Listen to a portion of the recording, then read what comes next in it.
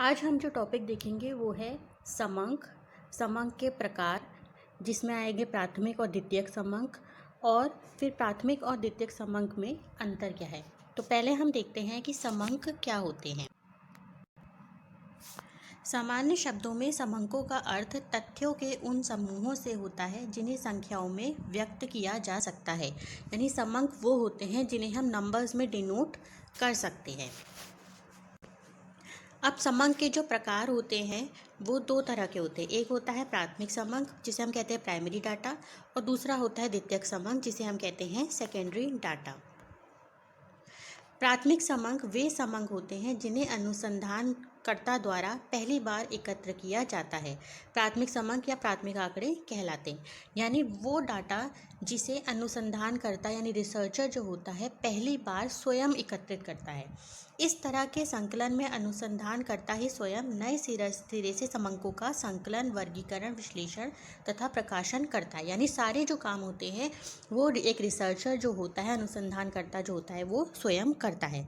जैसे कि उदाहरण है कि किसी गांव में अगर कोई पारिवारिक आय का सर्वेक्षण करना है तो जो अनुसंधानकर्ता होता है वो गांव के हर एक परिवार में जाके उनसे उनकी पारिवारिक आय के बारे में पता करेगा। तो इसे हम कहेंगे प्राथमिक समंक। यानी दूसरे शब्दों में हम ये कह सकते हैं कि प्राथमिक समंक वे समंक होते हैं जिन्हें पहली बार किसी अनुसंधानकर्ता द्वारा किसी निश्चित उद्देश्य के लिए संकलित किया जाता है। यानी उसका एक निश्चित उद्देश्य होता है जिसके लिए अनुसंधानकर्ता जो होता है इन समंकों को या आंकड़ों को एकत्रित करता है। फिर आते हैं द्वितीयक समंक, जिसे हम सेकेंडरी डाटा कहते हैं।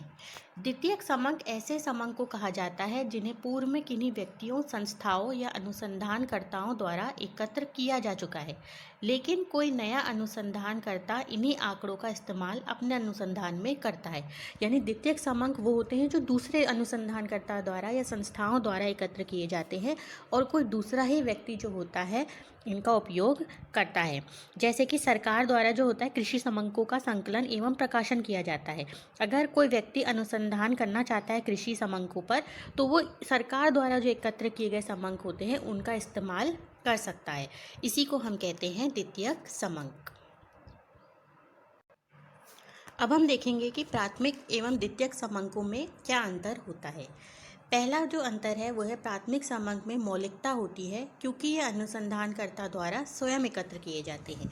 ये मौलिक होते हैं, सही होते हैं क्योंकि इसे अनुसंधानकर्ता जो होता है स्वयं एकत्र करता है। वहीं जो द्वितीयक समंक होते हैं वो किसी दूसरे व्यक्ति या संस्था द्वारा एकत्र किए जाते हैं, इसीलिए इनमें उतनी मौलिकता नहीं होती, जिन्हें दोबारा नया अनुसंधानकर्ता अपने उद्देश्य के लिए प्रयोग करता है। इसीलिए इनमें मौलिकता जो होती है वो कम होती है। जो सेकंड डिफरेंस है वो है प्राथमिक समंकों को एकत्र करने में धन, समय, मेहनत व बुद्धि का प्रयोग ज़्यादा करना पड़ता है। क्योंकि जैसे कि हमने पहले एग्जांपल देखा था कि किसी गांव के पारिवारिक आय का सर्वेक्षण करना है तो उसमें हर घर में जाके व्यक्ति को अपना समय देना पड़ेगा, धन देना पड़ेगा, जाने में धन लगता है, इसके अलावा मेहनत लगती है एकत्र करने में। तो जो प्राथमिक समंक होते हैं उनको एकत्र करने में ज़्यादा धन, मेहनत और समय लगता है।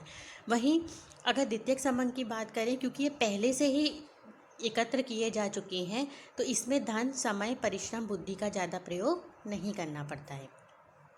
जो तीसरा डिफरेंस है, प्राथमिक समंक अनुसंधानकर्ता के लिए सदैव ही अनुकूल होते हैं। इन समंकों को संशोधन की ज़रूरत नहीं होती क्योंकि ये अनुसंधानकर्ता द्वारा ही एकत्र किए जाते हैं।